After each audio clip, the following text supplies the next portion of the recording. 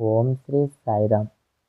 భగవాన్ శ్రీ సత్యసాయి బాబా వారి దివ్య శ్రీచరణ పాద పద్మాలకు నమస్కార సుమాంజలి తెలుపుతూ అందరికీ సాయిరామ్.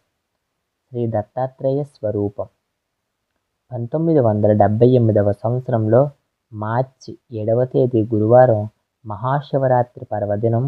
ఆనాడు స్వామివారు కొంతమంది భక్తుల బృందంతో కలిసి మధుమలై అడవిలోనికి వెళ్ళి బృందములోని ప్రతి ఒక్కరితో ఫోటోలు తీయించుకున్నారు.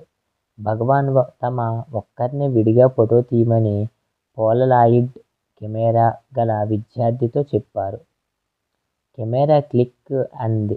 అందులో నుండి ఫోటో బయటకు వస్తూ డెవలప్ అయ్యింది. ఆ ఫోటో తీసుకుని అక్కడ ఉన్న జోగారావు గారికి ఇచ్చారు. కర్నల్ జోగారావు గారికి ఇచ్చారు. ఆ ఫోటోలో దత్తాత్రేయమూర్తి 3 శిరస్సులతో 6 హస్తములతో ఒక్కొక్క హస్తములో ఒక్కొక్క దివ్యత్వ చిహ్నముంది. తన పక్కనే ఉన్న ఒక గోవు మీద తమ ఎడమ చేతిని ఆనించి రివిగా నిలిచారు. ఆ దివ్యమూర్తి 3 శిరస్సులోని మధ్య శిరస్సు యొక్క ముఖభాగంలో శ్రీ సత్యసాయి బాబావారి ముఖము స్పష్టంగా కనిపించి ఉన్నది.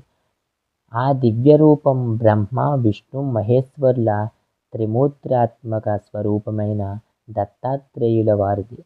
కర్నల్ జోగారావు గారితో, ఒకనాడు నీవు నీ నిజరూపం గురించి తెలియజేయండి అన్నావు కదా, ఇదే నా నిజరూపం అని ఆ ఫోటో చూపించారు బాబాగారు. భగవాన్ శ్రీ సత్యసాయి బాబావారికి జై.